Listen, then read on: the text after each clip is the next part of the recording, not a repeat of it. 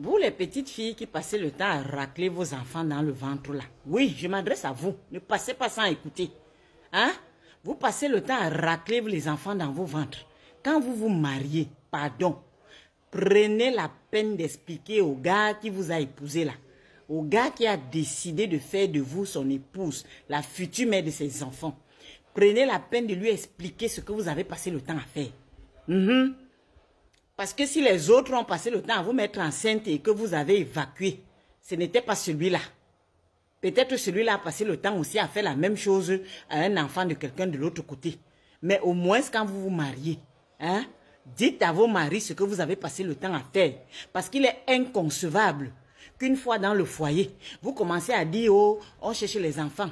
Le gars t'amène en haut, le gars t'amène en bas, chez les marabouts, chez les docteurs, chez les praticiens, partout, partout. Vous allez boire même les pipis du chien pour ne finalement rien avoir.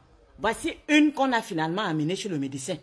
Elle est passée par derrière pour aller chercher à corrompre le médecin pour que le médecin ne dise pas à son mari ce qu'il a trouvé là-bas.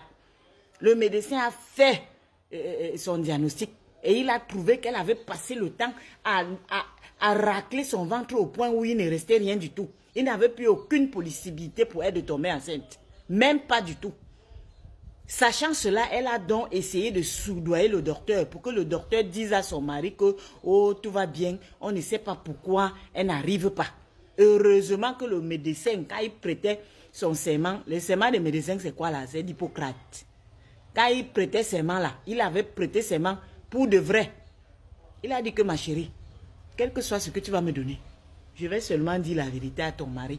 Parce que si tu as amené chez moi, c'était parce qu'il voulait savoir pourquoi est-ce que sa femme n'arrive pas à concevoir. Maintenant, tu veux que j'aille mentir comment? Le médecin a lui tapé sec au mari que voilà ce que ta femme a. Elle ne pourra jamais avoir d'enfant. Et il a une fois dit au médecin, oh, qu'elle est venue me voir. Voilà les messages. Elle avait plutôt fait le con d'aller échanger via WhatsApp avec le médecin. Donc, tu veux même commettre un crime, mais tu ne sais pas comment commettre. Tu ne sais même pas comment effacer les traces. Hein? Prenez souvent la peine quand vous vous mariez de dire ce que vous avez passé le temps à faire. Parce que rien ne vous oblige à enlever quand vous tombez enceinte, même si vous n'êtes pas marié.